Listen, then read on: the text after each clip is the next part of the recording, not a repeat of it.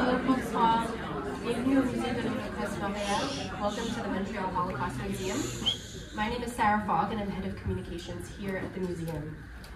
This evening, we are privileged to be delving into the world of the brilliant new podcast, Olga, Erika, and Me, alongside the family at the heart of its story. In addition to the fascinating individuals you're going to meet this evening, are some crucial themes and questions that many of us have no doubt struggled with. What happens when the survivor generation is gone? What becomes of their memories, legacies, and lessons? What will the future of Holocaust remembrance and education look like without their guidance? These are major questions that descendants of survivors and organizations like our own are forced to grapple with every day. These concerns loom large, especially as we construct a new Montreal Holocaust Museum opening in 2027, when even fewer survivors will be present. While the answers are complex and evolving, Olga, Erika, and Me provides a powerful roadmap to ensuring that not only descendants, but society at large carry survivor legacies into the present. Like a guiding light, it illuminates an inspiring way to center survivor voices, personal testimony, and a plea to build a better world. As inheritors of the history of the Holocaust, we know that failure to learn the lessons of hate and dehumanization today has consequences that are too dire to ignore. Before moving on to the main event, please allow me to introduce our speakers. Erika Eriksson was born in Hungary after the Holocaust, the only child of Auschwitz survivor Olga Berkowitz and Aaron Fish. In 1956, as Soviet tanks rolled into Budapest, Erika and her parents fled Hungary, first to Austria as refugees and then to Sweden before eventually settling in Montreal. There, Erika pursued her passion for design, studying fashion and building her own successful business, creating high-end children's clothing. Today, she continues her craft, designing bespoke robes for lawyers and judges. Ilanit-Michele Woods is a BAFTA-winning, Emmy-nominated sound editor for film and television, originally from Montreal. She was recently nominated for an Emmy for her work as dialogue editor on Netflix's Adolescence. She grew up here, attending FACE, Concordia, and McGill before working in New York and eventually settling in London. Our moderator, Sarah Deshaies, is a Montreal-based radio producer and host. She created Chrismaka Party, an audio documentary exploring interfaith identity and traditions, and works as a researcher on CBC's Daybreak. Without further ado, turning it over to you guys, Michelle, Erika, and Sarah. Thank you. Thank you so much, Sarah. Welcome and good evening, bonne soirée à tous et à toutes. Thank you all so much for being here on this lovely evening. The story you're going to hear tonight spans over 3 generations, across 3 continents, and nearly a century of history. A Hungarian Holocaust survivor named Olga was living in Montreal when she sat down one day at her computer and started typing.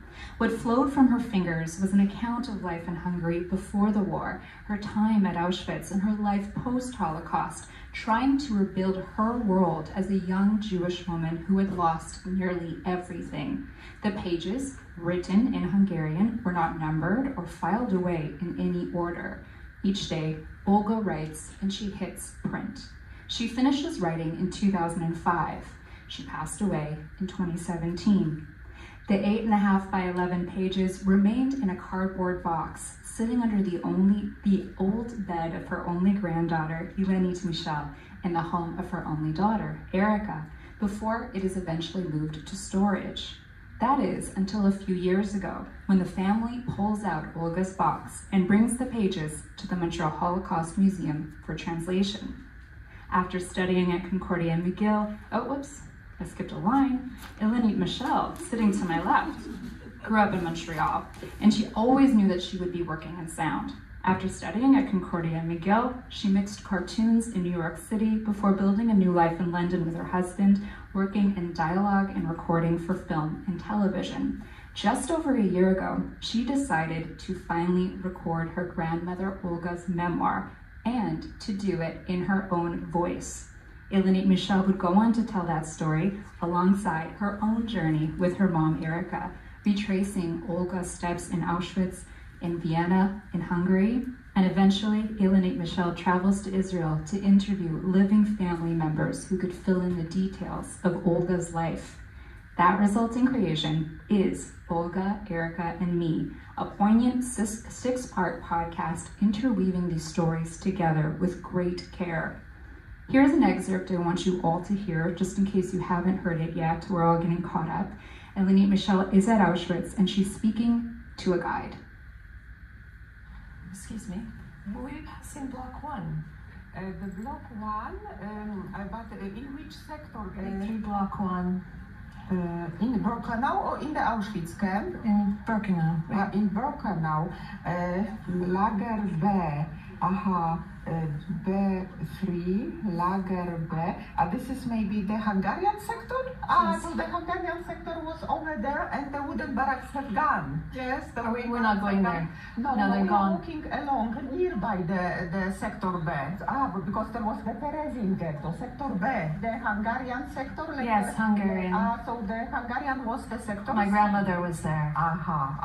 So we are just walking by the sector in a Will way. you tell I will me? show you. Thank yes. you very much. Also, our group, please, let's move on. It's very vivid. I was just listening to this on the bus ride here, actually.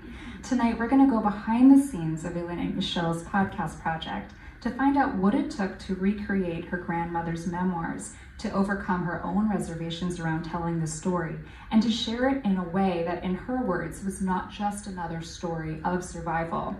If you've ever read a loved one's memoir or asked them to commit their story to paper, or have even just read a personal account of the Holocaust, you're going to find this conversation enlightening.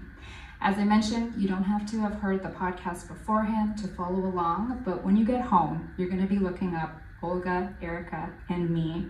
I'm joined by Erika and Ilanit-Michele. Thank you both so much for being here. Thank you.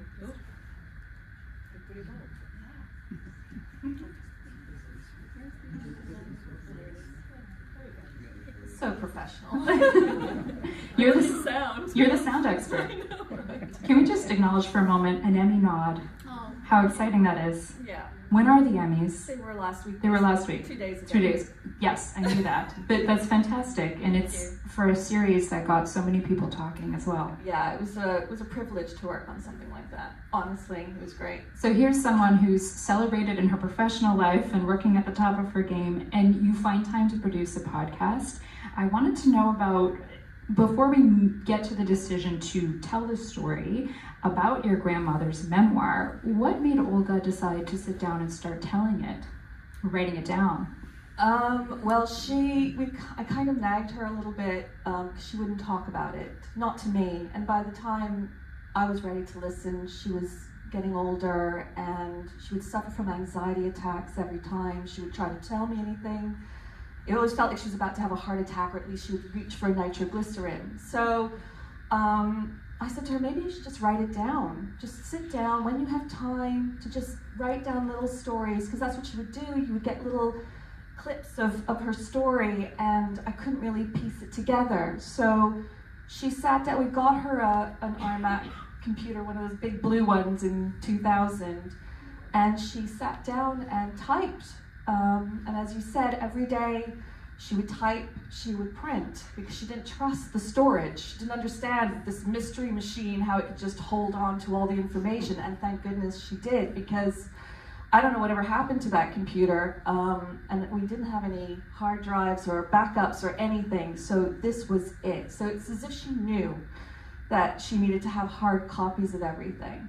But yeah, she just kept typing, and by that point, I wasn't even living in Montreal anymore. I was living in New York, and then I moved to London, so I wasn't even around when she was doing all this typing.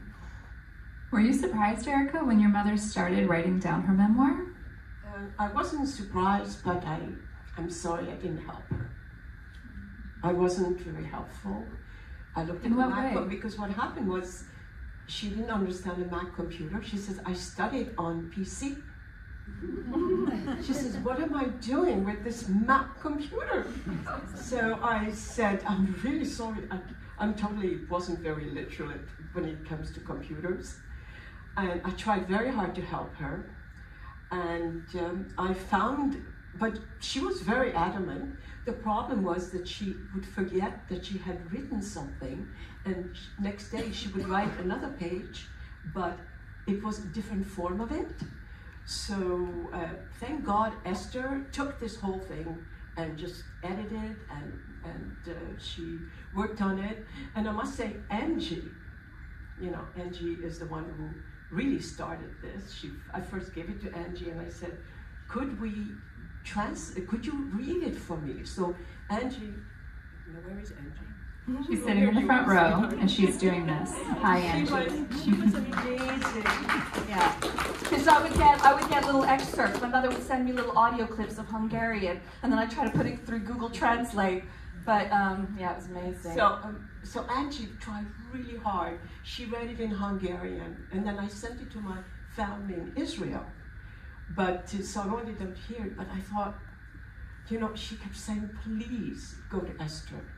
It's too emotional for me, right? Too emotional. Please give it to Esther, and she'll do a great job." And I gave it to Esther finally. And I think Esther is here tonight as well. Yes, she is. Oh yeah, in the back. Thank you. Thank you so much. She not only translated, she Put it in edited. order. Yeah, she put it in order. She put it in order. It was an absolute mess, but she put it in order, and she would come. She was very grateful, and then I gave it to my daughter, and my daughter went, "Oh, okay." Is that how you remember it, Michelle? Yeah, not quite. She keeps saying that. I mean, I think what happened was because I was nagging my mother, by the way, to get this thing translated for quite a few years. It's true. It's true. But I think when I first got the first half of it, it was mostly about my grandmother's life before the war, which was very sentimental, very rose-tinted glasses kind of. And it was beautiful, but it was tricky because we both felt it didn't feel like her in some ways, and yet it did, because you can imagine her making it more than it was. But of course she did, because she wanted to remember her family in that way, and that was such an important part of her life. And so just for her to hold on to that, whatever it was before the war, was really, really important. But then when I got the rest of it, I read the whole thing, and I was like, I got to do something else with this. We thought maybe we'll publish it, but it's just another Holocaust story, and it didn't feel like it would really vibe with people at this point, and I wanted to do more. Why did you have those doubts? I don't know. I felt like I wanted to make it personal, coming from us in a funny way. I wanted it to be more relevant, more of today. And so at first I thought, oh, I'll just record myself and see what it's like. And my friend Pat, who's here tonight, sat me in her studio and helped me record the entire memoir word for word, and we kept fixing things, and because there were names missing and things like that, but we got through it. And once I finished that, I was like, okay, now what do I do with this? And actually I was at the cinema, and I saw a film about Nicholas Winton and One Life with Anthony Hopkins. And I remember sitting there thinking, I need to do something more. I'm not a filmmaker, but I work in sound, so I could do something. And my mother kept complaining, I don't think there's things missing in this story. There are things missing, Mama didn't say this or that. So I found it really important that she needed to be part of it. And that's when I decided I needed to make a podcast, but like a journey of our trip together, and visit where my grandmother was from, where you came from, visit Auschwitz, and eventually somehow managed to get to Israel in a moment when there was a little bit of quiet last June. I mean, it was literally like it was in the stars, it was Beshert or something, it was fate. It was amazing because everything just kind of fell into place. It was as if my grandmother was there with me the whole time. You told me that you weren't sure if you were the right person to read the memoir at first. Yeah, it was, I kept thinking, maybe we should get somebody who speaks with a Hungarian accent, but I didn't want to make it into a drama. And I kind of felt that my grandmother would want me to read it. I'm her granddaughter, and, oh gosh, sorry. yeah, it was just really important that I do it. It felt right. It felt right. And you read it so beautifully. You perform it so beautifully. Thank you. Thank you very much. Erika, I understand you might have had some misgivings about this project at first. I did. Flat out. Why is that? Well, a lot of personal things. I don't, sorry. I'm not used to speaking. It's because my life, I had dressed my life up and dressed myself up, that I was not part of this. In my childhood, when I was 5 or 6 years old, I would walk to school and they would call me Dirty Jew. And I would come home and spit at me. And I come home and I said to my mother, and I was clean, I was, well, nicely dressed. And I came home and I asked my mother, I said to my father, he said, why are they calling me Dirty Jew? Are we Jewish? And she said, yes. Can't we change? So the rest of my life, I was trying to change that. You know, so when we went to Sweden, it was just perfect. Just like a chameleon, I became somebody else. So now is my daughter. She gets passionate about this, and she said, we're going to Hungary. I go, I'm not going back to Hungary. I don't want to go back there. I have nothing to do with it. She said, you are, because you owe it to your mother. You have to come. So it's thanks to her, really. She was so adamant. She just kind of took that shell I had built all my life and just stripped it away, and she said, this is you. This is enjoy it. Your mother would be proud. So I did that. So she did. What do we think Olga would have thought of this project? Oh, that's such a good question. I think she would have loved it. I think she would have loved people knowing her story. I mean, it would have been a very different story if she was alive, obviously, because it would have been hers. But now it's ours. And yours. And yours. Yeah, it's for everyone, and I think it's an important story for everyone to hear now more than ever. And I think that for her would feel really important. I think she'd be, I'm hoping she'd be really proud. I think that's why she sat down at the Mac and wrote, right? Yeah. Is that the story would go somewhere else. I think Yeah. so. I mean, you know, I know she wrote it to us. You know, she wrote Dear Erika and Ilanit-Michele, but I think also she wanted the world to know about her family, her parents, her brothers and sisters, her cousins, all the people that perished. I think she really felt that that was, you know, important. I was saying just earlier, you know, in 2017, just after she died, my family and I went to Israel, and we went to Yad Vashem, and right at the end, during, you know, in the archive section, I went in and thought, well, I'll have a look and see if I can find my grandparents' family. And lo and behold, my grandmother had already put down all the names and photographs into the archive. I had no idea. I had no idea that it was there. And it was just incredible to see her handwriting and know that, you know, she wanted people to know about them. You know, it's important, it's a memorial. So yeah. We're going to hear from Olga's voice in just a moment, but just I think really to emphasize, what she lost, because you really, when you hear the story, you get this very vivid picture of what life was like before the war. She came from a family with a lot of siblings. She was very devoted to her parents, but who was left after the war? Just her sister. So her sister came back months later, or a couple months after she did, and she had a long journey back from Germany. And her sister and her ended up not being very close in the end, which was really quite sad.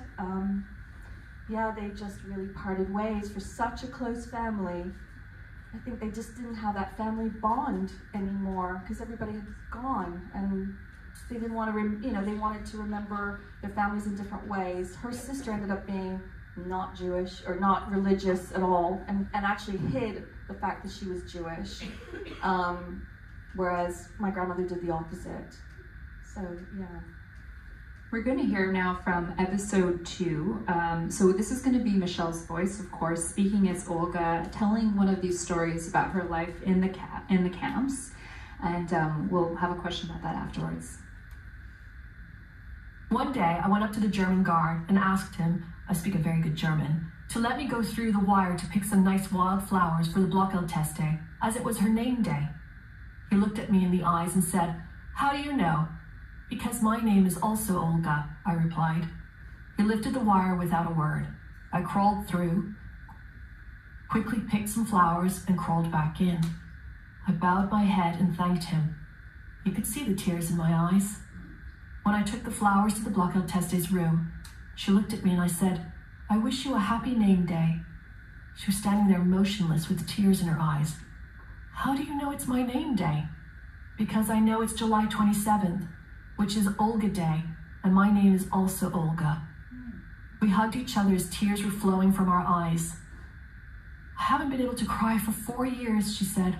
"I'm so thankful to you for this. Where did you get the flowers?" When I told her, she clapped her hands and said, "How did you find the courage to do this?" "I wanted to make you happy," I replied, "and I'm glad to see I succeeded." She told me that her feet and legs were full of black spots from frostbite. When she had arrived, there were no gas chambers.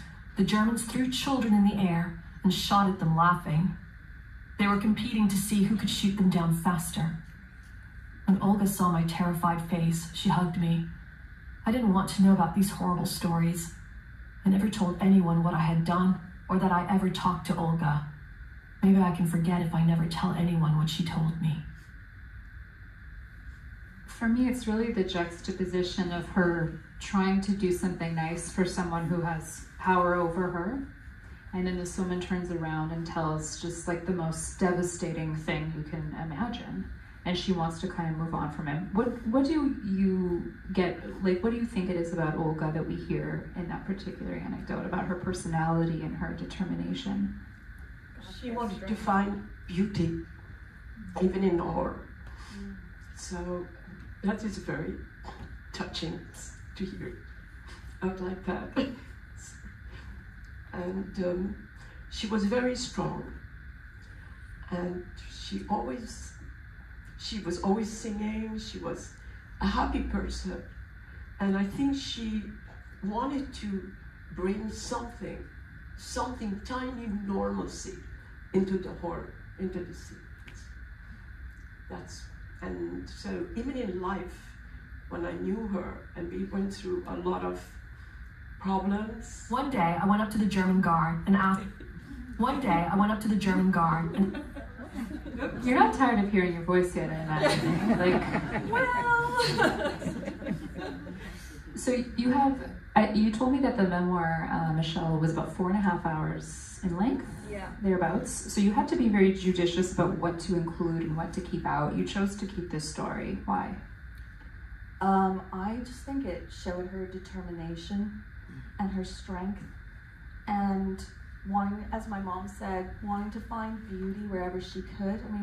I mean, it was bizarre because when I was walking in Auschwitz with my husband Mark, and I said, I wonder if it was here. Was it here where she tried to crawl under to get those flowers? It's, just the thought of doing that, the risk of death, and the fact that this German soldier allowed her through was just another, in this horror, there was some humanity. And that is why I think this story is just so important, even in all of that horrible shittiness. The man went, yeah, go on, and I think that's why it's such an important story, because to find humanity in places like that, you just don't think that it's possible. So beautifully put. So at the beginning, we heard you being at Auschwitz and visiting it with your husband. You, however, you were not there, Erika. You chose not to. I'm sorry to say this, but I've been in Auschwitz since I was a child, since my mother talked to me. She started telling me about Auschwitz when we arrived in Sweden. And 10. Yeah, I was 10 years old. She started to tell me about Auschwitz. And so I've lived it. I've lived all her stories. She told me I was her sounding board. She told me all these stories. She told me how she was separated from her mother by Mengele, which is not in the which she didn't, I think she forgot maybe to write it down. I don't know. And so I've lived it. I feel I'm reincarnated almost from my grandmother, kind of. I feel that I've been there. And for me to go there, I didn't want to go. I wanted her to do it. I'm sorry. No, it was horrible, but an important experience. I'm glad I went. It's interesting. My grandmother and my grandfather basically brought me up. I mean, my mom did, of course, but my mother was a single parent, and you know, my grandparents were there, and I was their only grandchild. And there are quite a few friends here who knew my grandparents, who knew that I was always over there, and my grandfather would come and pick me up from school. But throughout my whole life, I mean, I heard bits and pieces, but only since doing this do I actually feel I got to know my grandmother. And it's a really strange feeling because, you know, she took care of me. Whenever I was sick, that's where I would go. You know, my grandmother would take care of me and nurse me back to health. And I was so close to her, and yet I didn't know this woman at all. It's the strangest thing, and now I feel like I know her more than ever.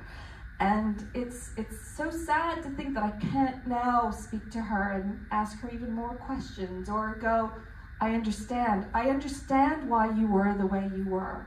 I think that's really quite sad for me, because I resented a lot of, you know, she pushed religion on me. You know, she failed with my mother, thought, oh, I'll get it with the granddaughter, and in the end, she failed again, you know, poor thing. Because I didn't understand why it was so important for her that I keep this going. And only now do I really understand why. We know that so many survivors have different relationships to spirituality and identity coming out of what they survived. You gave the example of Olga's sister who, you said, hid her identity even. Why do you think, for both of you, why for Olga did she lean back into, you know, her spirituality and her religion to the point of forcing it or trying to raise you in a similar way? Because she believed that if she was good, if she was a good Jew, God would let her see her family again. Wouldn't you say? Actually, she did it because she was hoping that when she dies, when she passes away, she's going to have a clear conscience to see her parents. That she was a good girl, that she was a good Jewish girl. She had followed in their teachings. So I used to say to her, your parents are more important than I am, which is a very normal question, children of Holocaust survivor, because somehow many times I felt that they were more important than I was. Oh yeah, we used to have arguments all the time about that. And that was big. I said, they're more important than I am. I'm here, I'm living. It doesn't matter.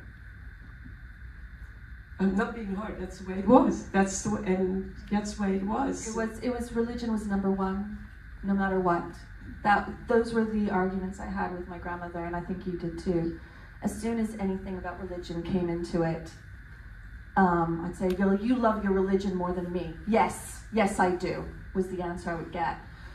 You know, so it was harsh. I mean, she'd always feel bad afterwards, but it was the truth for her, because she really felt that if she stayed religious and she followed the rules, and I do believe this, that God would then let her see her family and her sisters and brothers again. And God, I really hope that when she died, she did get to see them again, because she dedicated her life to that, really, I think. Michele, we can hear it in your voice when you narrate being at Auschwitz and the kind of, you're confronted with the reality of what, your grandmother's experience was, and you recite a prayer at some point. You tell Mark, I was taught this prayer and I'm going to try to recite it. Has your spirituality or your sense of identity changed over the course of making this? Yeah, I think so. It's bizarre, isn't it? I mean, I don't consider myself more religious or anything like that, but I do identify more with being Jewish, and it's weird how it coincided with everything that's happening at the moment, because it has completely coincided. And suddenly I'm more interested than I ever was, more involved if I can be. Yeah, I do feel a lot closer because, now I understand why. Like, that is all I needed was the why factor, which I was never given. It was, you have to, and that was it. You have to follow the rules. You can't take an elevator on the Shabbos. Why? Because you can't, and that was it. And I was shut down every time. So as a good girl, I remember we'd go for Friday night dinner, and my grandparents lived on the 3rd floor, and I would take the stairs, and my mother would take the elevator. It's always the bad one. Yeah. For you, Erika, I can't help but think about Olga growing up with so many siblings, and she talks about her aunts and her uncles and her love for her parents. She was with her parents, I think, up until the point of getting to the camp, and then they were separated. Being an only child, like, that must have been, yeah. You were talking about how your grandparents felt like they were more important than you were, but being an only child must have felt like so much pressure. It was a big pressure, and because when you have siblings, you fight with your other siblings. But if you don't have siblings, you fight with your parents. That's really true. Absolutely. So, yes, and I always used to say to my mother, I'll never have only one child. Well, it happens. I only have one child. I have 2. And one of them is here. So, yes, so it was very hard to get all that attention. I used to say to her, I wish you had 10 children, and I'd walk in the room and you'd say, who are you? But, I had a lot of attention, a lot of things. But I must say that when it came to my life, designing, she was there for me completely. She was extremely encouraging. She said, you'll be a good designer, and I'll help you. And she was there to help me all the way. And when something really nasty happened to me in my life was when she came to me one day and she said, your husband is cheating on you? Yes, and don't worry about it. I was 24. And she said, don't worry about it. We'll take care of her, meaning her, Ilanit. We'll take care of her. You're young. You can do what you would like to do. And that's why she was always at her parents. So I took advantage of their kindness, and then yes. Even though you were going tete-a-tete, she had your back. Oh yes. Yeah. She was always on my back, and deep She had your back. She had my back always. She was on your back as well sometimes. On my back. But she had my back. She was really. I think the worst part for me in my life was when she became older and she started to get dementia, and she was put into a home, and I was out of control. I could not take care of her all the time, and she was there many times to help her out. And I wasn't here. I escaped. So she had escaped to London, and that was the worst part. To see her helpless, and I couldn't do anything about it. I couldn't have her in my own home because it would have been very difficult. And I think a lot of people here will understand that. When you have elderly parents, it is so hard because they become your children. And she became my child. One day I went to visit her, and she was crying. She never cried. She was so stoic, she never cried. And she was crying, and I said, why are you crying? She said, oh, because my parents are dead. I goes, well, yes, they would be like dead now for a long time. She said, you know, you will leave me one day, just like they left you. She looked at me and she said, never. That's the kind of person she was, and she's here. Absolutely. I just want to mention we will have time for questions. There's so many knowing nods when we talk about the one child being in a family with many children. So I know you'll have questions for Erika and Ilanit-Michele. So we'll have time for that at the end. So keep them in your mind. But I want to go back to the storytelling process because there's so much material from these memoirs that she put down. And how do you decide what to keep and what gets left on the cutting room floor? It's a very good question. The memoir was an easier thing to edit. And it kind of built itself in a funny way as far as adding the conversations, weaving in the conversations with the memoir, because you know, you had the before the war and then after the war. And when my mother and I started talking, or my mother started talking, told me loads of stories, it just kind of fell into place because a lot of everything kind of worked with itself. I was recording every day for a week when we were in Hungary and Austria, and we had these little microphones on that we would just wear, and she was like, do I have to wear this today? Yes, every day, all the time. And then I had to then go through it all and listen to all the conversations and find the bits that I thought would work with the memoir, and trying to think, you know, oh, that's a good conversation that I can then add into this and that. So it kind of fell together because it was, you know, we're all talking about the same thing, and it's, you know, we went to COHDS where my grandmother was born. We went to and grew up, and then we went to Daybreak, where my mother was born and my grandfather was from, and where they lived until 1956. And you know, it just kind of all fell together. I mean, there is a lot of material. I had a lot of material, but it just kind of pieced itself together. As I said, it felt like my grandmother was literally sitting on my shoulder the entire time. No, yes, no, yes. You know, it was that kind of feeling. It just felt right. I mean, my husband was there for a lot of it, and I'm probably now recounting it in rose-tinted glasses because he's probably going, that's not how it went. But he was an amazing sounding board. What do you think of this? How does this sound? Does this work?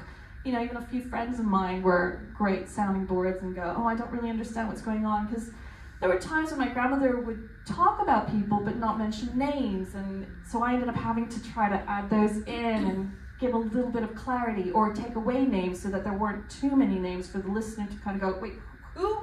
So yeah, I think that's kind of how it all fell together.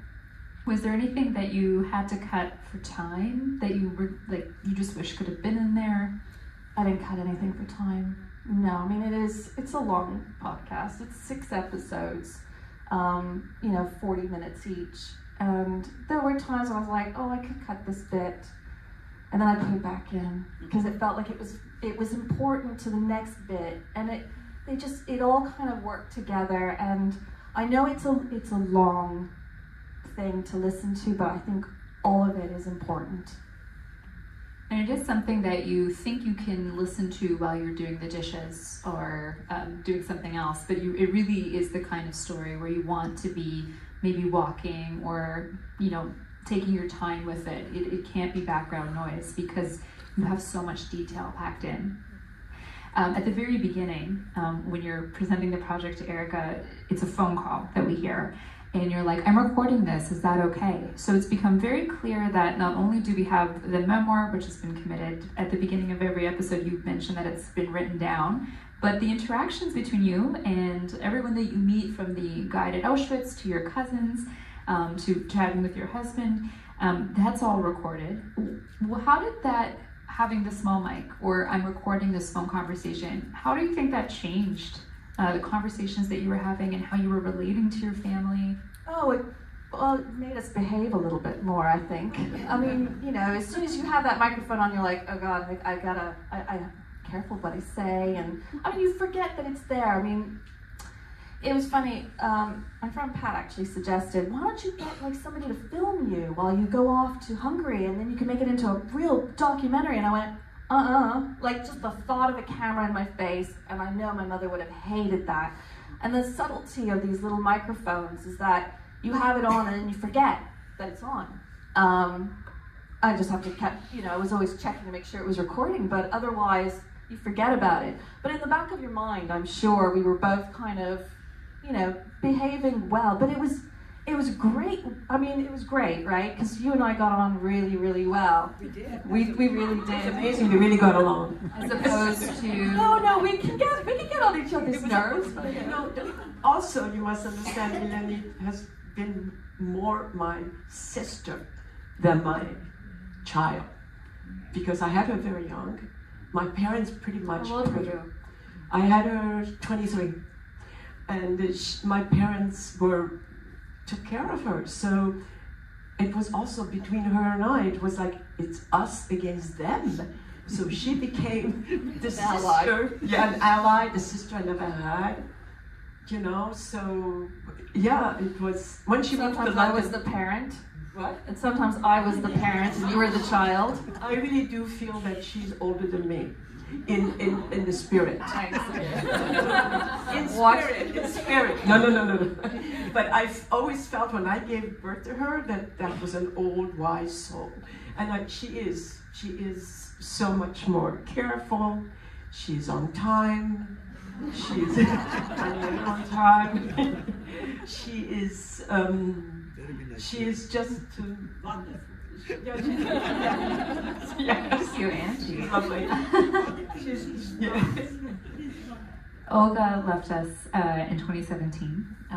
How has this whole process made you did it make you reevaluate your relationship with her? Oh yeah. I mean, I think I said earlier, knowing her, I feel like I know her a lot more now than I ever did. I understand her. I feel a part of her, or she's a part of me, actually. I sometimes joke with my family about, her accent, and we'll say things, and it's like these little in-jokes, but I think she's really, really there with me. I do feel her presence more than I ever did, and I don't know if it's because I've learned so much about her and her past and where she was from, but I feel she's in me.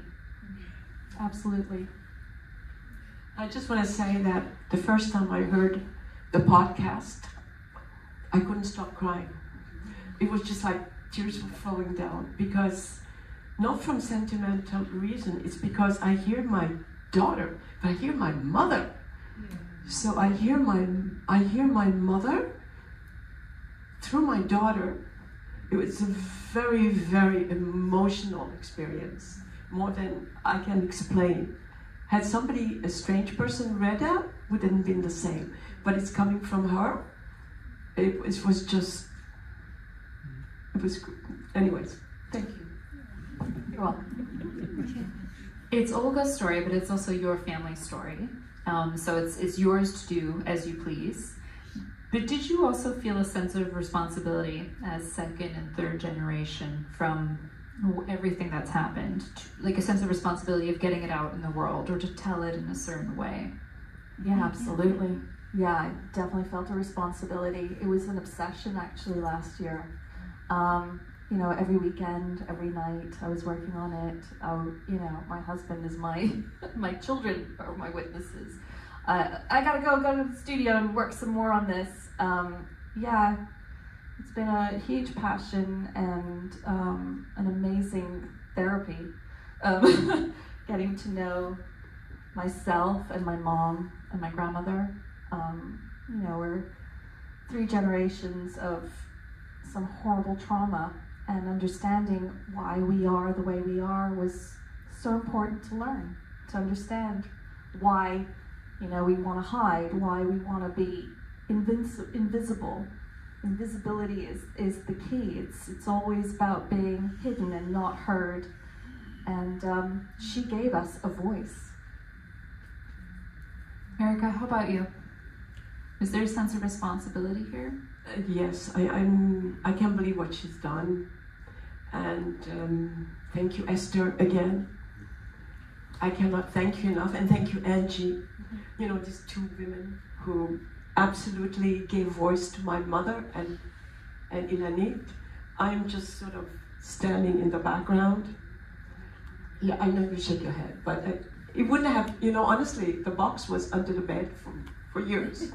So, yeah, and I'm very grateful to Angie, who said, you know what, I can't do a good job, not good enough, go and get it translated.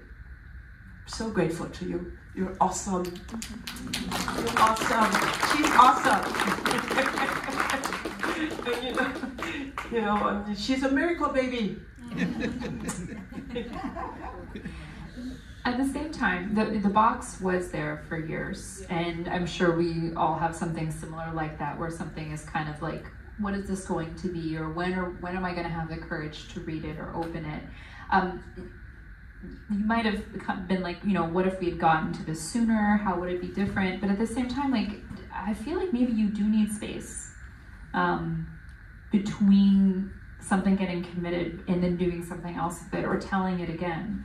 Do you feel that way? Oh, absolutely. It was the right time. This was the right time to do it. I don't think I would have had the time for it before.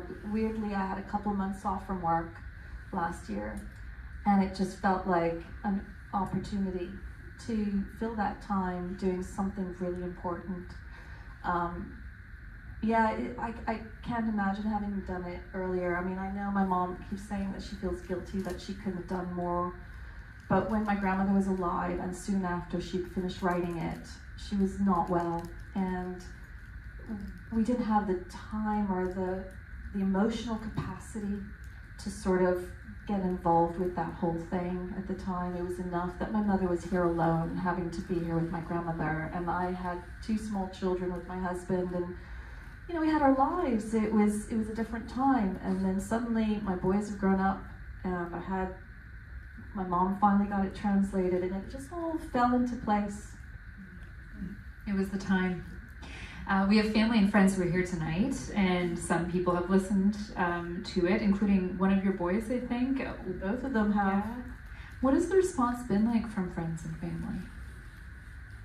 Wow, it's been amazing, honestly. You know, when I first put it out, it was scary. It's really scary because it's not just about my grandmother's story. It's about us. It's very exposing, and it felt like I had just, you know, taken my shirt off for everyone. It felt really, I felt very exposed, and for somebody who's always been quite invisible, I was very visible suddenly, which was a very uncomfortable feeling, but I was so proud of it, and because I felt it was about, you know, such an important story for now, forever, I was overwhelmed actually by people getting in touch with me and what impact it had on them. It was surprising, wonderful, just, yeah, amazing. Honestly, every time somebody gets in touch and says something to me, I save it or I hold on to it. I really cherish it because it means so much. How about you, Erika? Well, I feel the same way as she is doing. I do feel exposed, and I'm the kind of person that always wanted to be invisible, especially since I was a kid. It's like, I'm not that, this is who I am, this is the way I am now, and I have this cloak around me, that this is, you know, new identity, and she just took it and stripped it off. In a way, right? I did. Absolutely. Sorry. There's so much of your childhood in there too. Like, I'm just remembering now that the story really doesn't stop in 1945. We get the leaving of Hungary, going to Sweden, how you managed to get the whole family to Sweden because of your singing skills. So yeah, it is exposing because there is a lot of your childhood in there. I didn't think she was going to do that. Yeah, it was funny because when she listened to it, she says, "We don't need episode 6." And I went, "What do you mean?" She says, it's too private. Nobody needs to hear that. Nobody's interested in that. I said, "It's like the best heart, I think. I love that episode. Nobody needs to hear all about that. It's funny, I re-listened to it over the weekend because I thought I better, get it off. And I was crying. I just love that episode. I think it's, I love the story of her singing and for the immigration officer of Sweden. Sarah.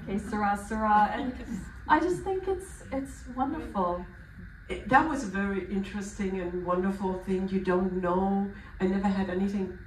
I have no idea what my voice was. It's like now when kids sing, you tape everything. There is nothing left, But as my mother said afterwards, why didn't you sing at the Canadian, the American embassy? Why did you sing at the Swedish embassy? So after we got him, but I think one of the best things that happened to me in my life was go to Sweden. Yeah. It's just, I just felt it was great. It was a good education. But what was very touching in that story was that when we were going from the train from Austria, we went to Sweden. It was middle of the night. And as in the story, the train stopped. This is 1956, 57. The train stopped, and some guards came up and they started rolling off names, among them my father's name. You coming with us.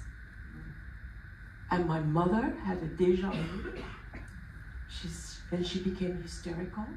Never seen my mother like that. She was always strong, proud. She became hysterical. They had to hold her down. And next day, we were together in this beautiful new little place in Sweden.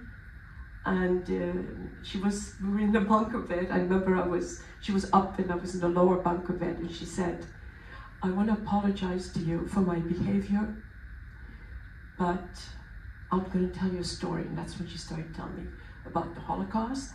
And she was telling me how upset she was that my father was separated from us. She said it was exactly how they separated me from my parents. And so that was it. After that, that was a big shock, 10 years old child to tell that. But anyways. It's showing that it's in the past, but it's forever present for her. And you've brought it into the present with this podcast for all of us to share. So thank you both so much. Thank you for having us. Yes, thank you.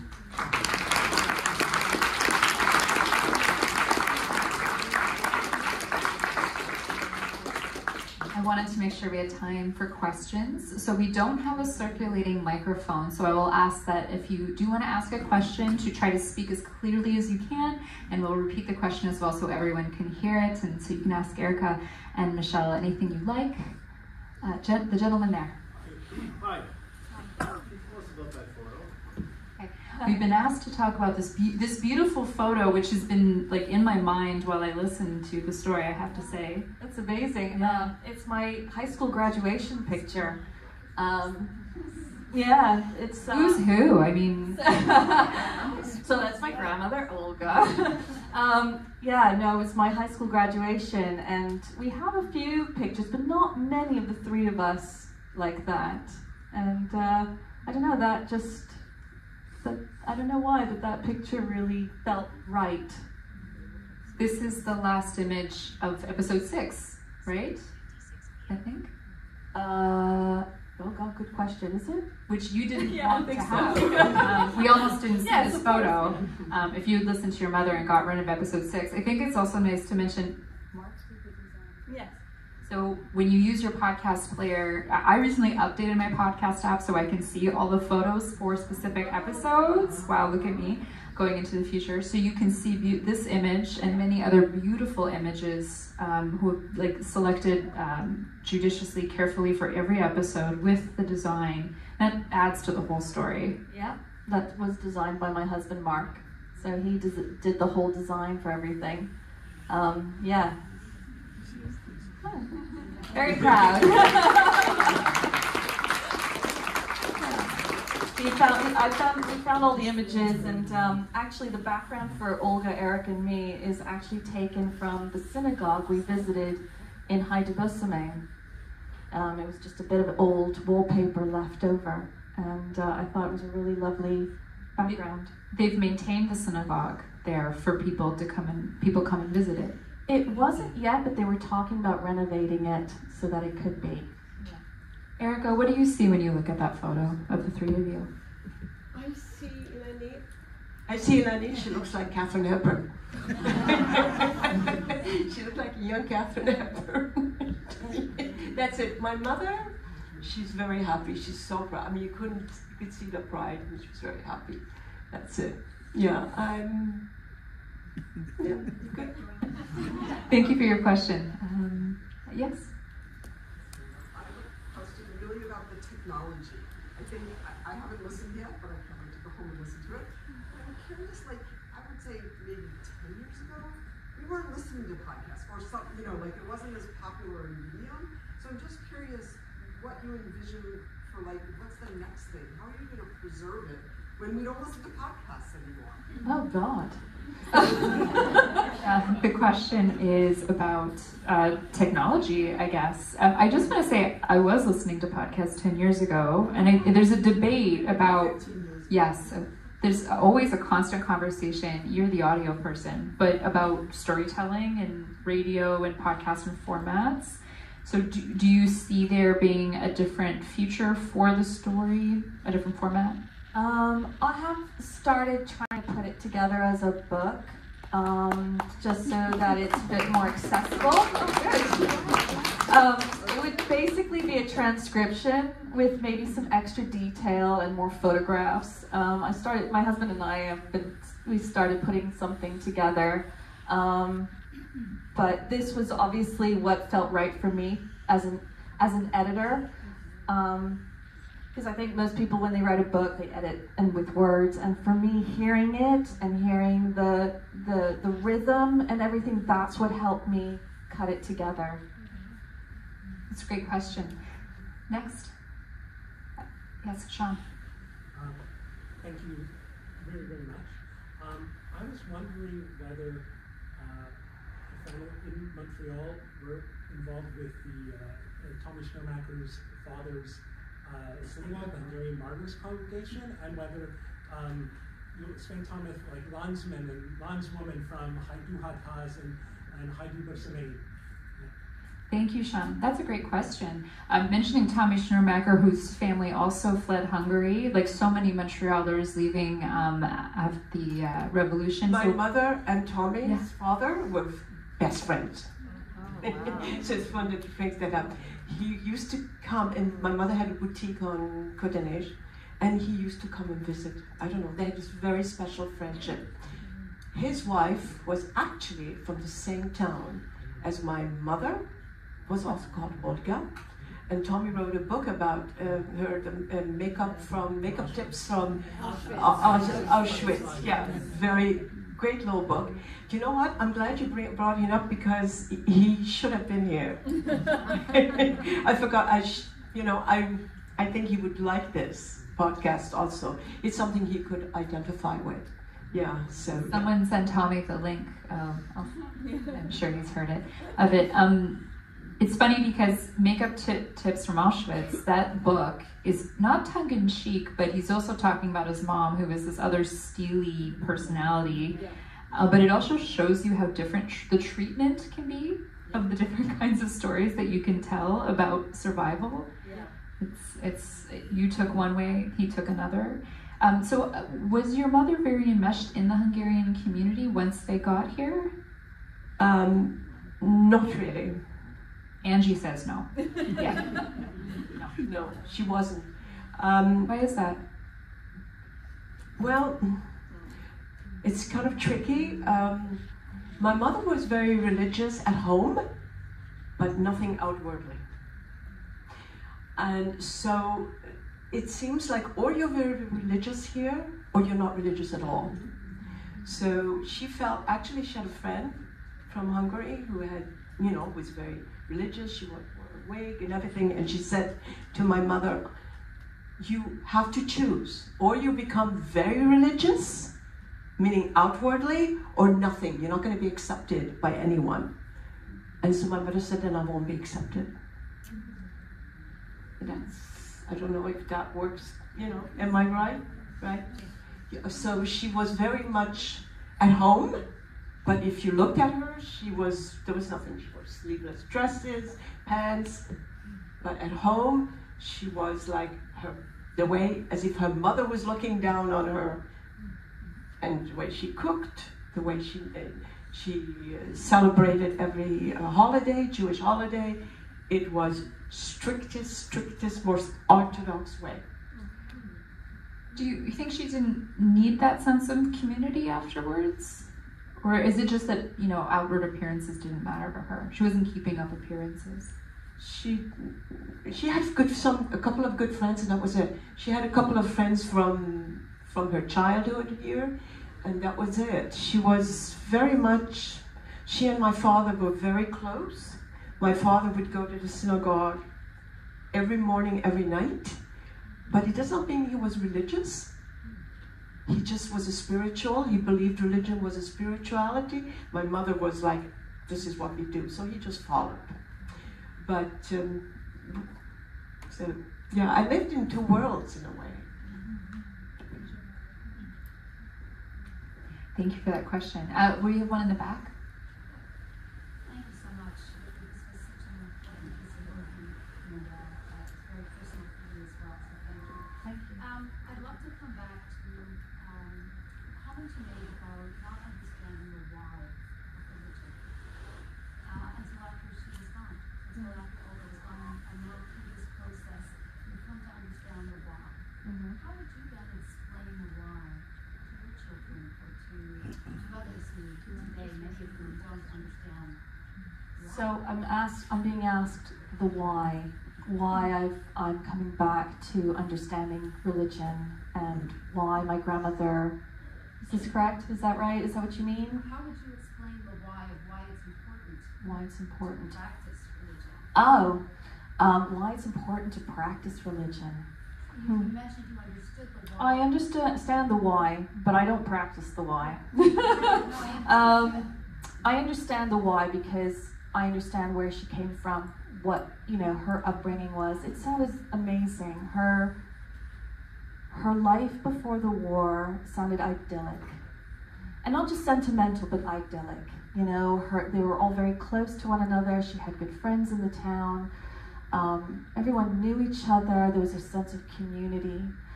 And we don't really get that anymore, really, in big cities. But the why,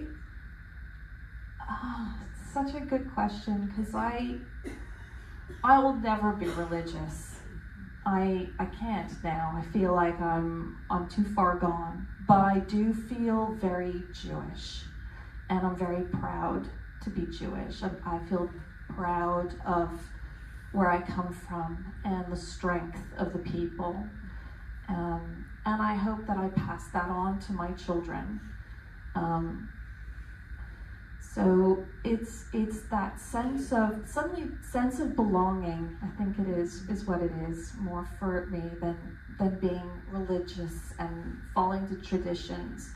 I think it's funny because every year when Rosh Hashanah and Yom Kippur comes around, there's this amazing sense of guilt that happens within me because I don't do anything. And there was a time when my sons would actually fast on Yom Kippur, and they go, "Are you going to fast?"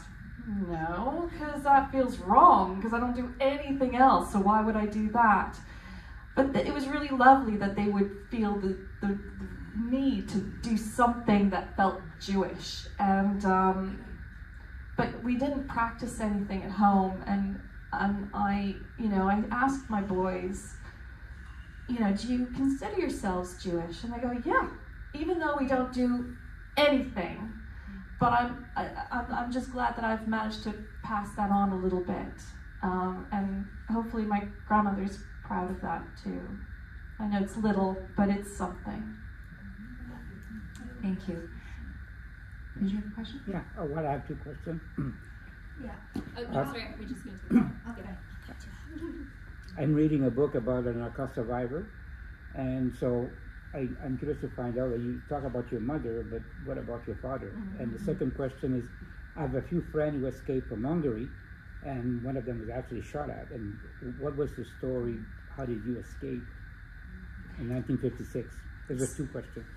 Okay, so in 1956, I'll just say the question was about your father's experience, and then also what was the experience of leaving Hungary. Thank you. Thank you so much. Okay, my father never talked. My father was mute, never talked. I begged him, tell me about your mother, tell me about your father, tell me about your sister, tell me about your sister's baby, tell me about, he said, there is nothing to tell. He was in such an amazing pain that for him, just even mentioning them was, forget it. Maybe when he went to synagogue, that was his way of escaping, and maybe his way of praying to them or praying for them. He was, so my mother talked all the time. To you. To me, but he never did, and it's heartbreaking for me. He died at the age of 72, and I do think holding all of that in for so long made him ill. Yeah. You know, and I don't think, you just can't live without talking about it and letting it out.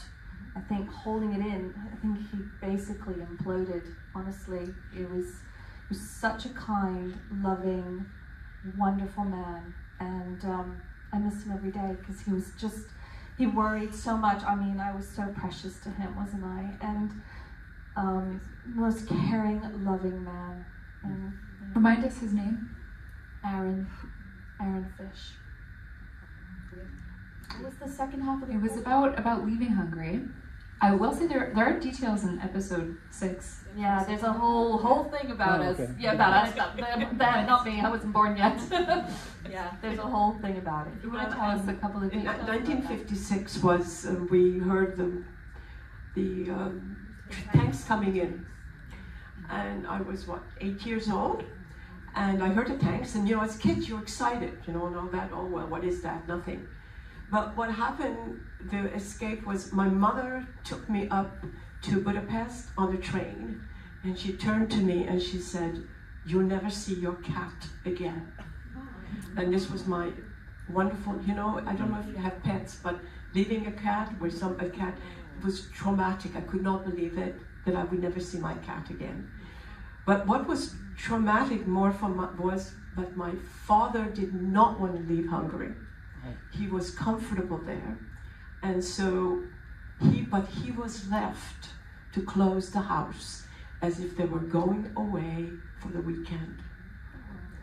So, and you take with you just a little suitcase. You literally close a house full of beautiful furniture, something you worked for, all your life, and just imagine you closing the door, and so he had that job to do, and he met us in Budapest, and we took a train to the border, and it was middle of the night, and this is December 14, and we walked through the mud, and we didn't know where we were going, and at one point we even saw soldiers with the flashlight.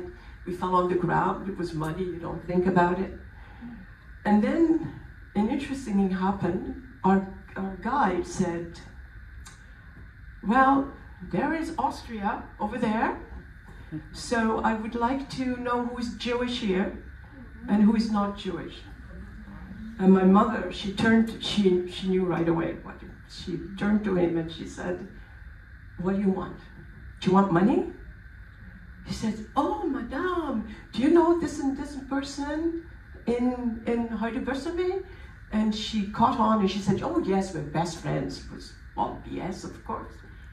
And she said, do you want money? She pulled out the Hungarian money, wasn't worth anything. Here it is. She said, okay, thank you, goodbye. That was it. So he let all the Jewish people go. All of us went, and then you're walking and you don't know if you are still in Austria, right? Because it's night. We slept, we were so exhausted, we found actually a haystack. We slept in a haystack, and we woke up. We had slept right beside a highway, and there was a man on a bicycle saying, "Guten Morgen," and my mother said, "I never thought I'd be happy to hear German again." So that was our escape. Thank you. Thank you for your question. Yeah, I was wondering if the situation now with the anti-Semitism and hatred Jews have anything to do with you deciding to get out your story?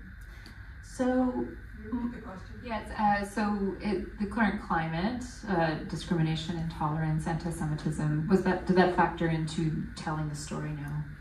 no, because when I was working on it, it was just when, the 7th of October happened. But it was,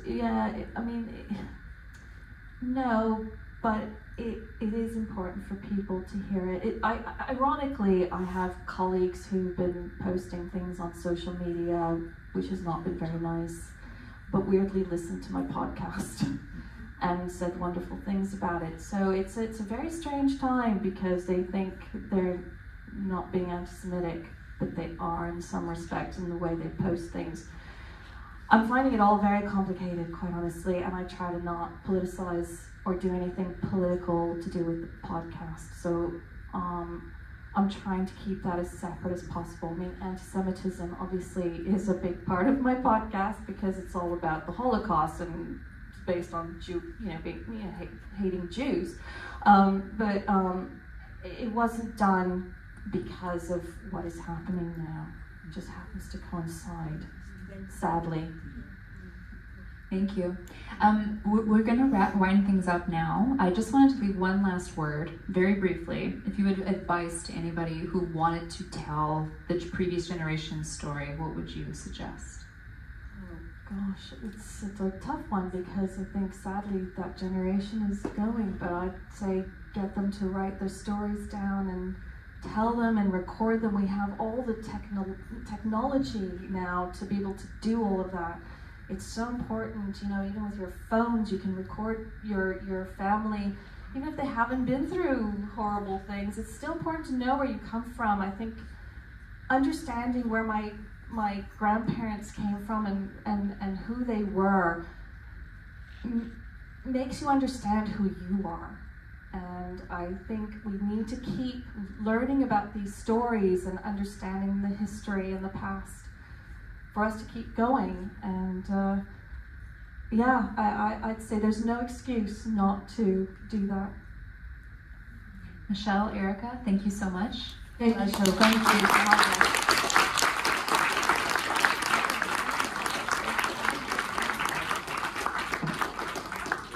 Thank you. Thank you. Thank you so much, Michele, Erika, and Sarah, for bringing this powerful story to life. And thank these women again. I have to thank Angie Warros, who made the wonderful shida for this project to happen, and Esther Andor, our oral history coordinator here at the museum, for translating the memoir, of course. If you haven't yet listened to the podcast, it's available, and I encourage you to check it out immediately to learn more about this remarkable family story.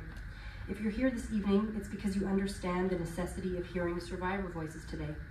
This work is at the heart of the Montreal Holocaust Museum, and I implore you to please stay in touch, support our new museum, and invite your friends and family to events just like this one. The next opportunity to come together is on September 17th at Temple Emmanuel, where Globe and Mail journalist Marsha Liederman will be speaking about her latest book, October 7th, The Search for the Humanitarian Middle. We'd be so delighted to see you all there. Thank you finally to tonight's partners, the Cummings Centre and the Centre for Oral History and Digital Storytelling at Concordia University. Thank you all so much for your presence, and thank you all.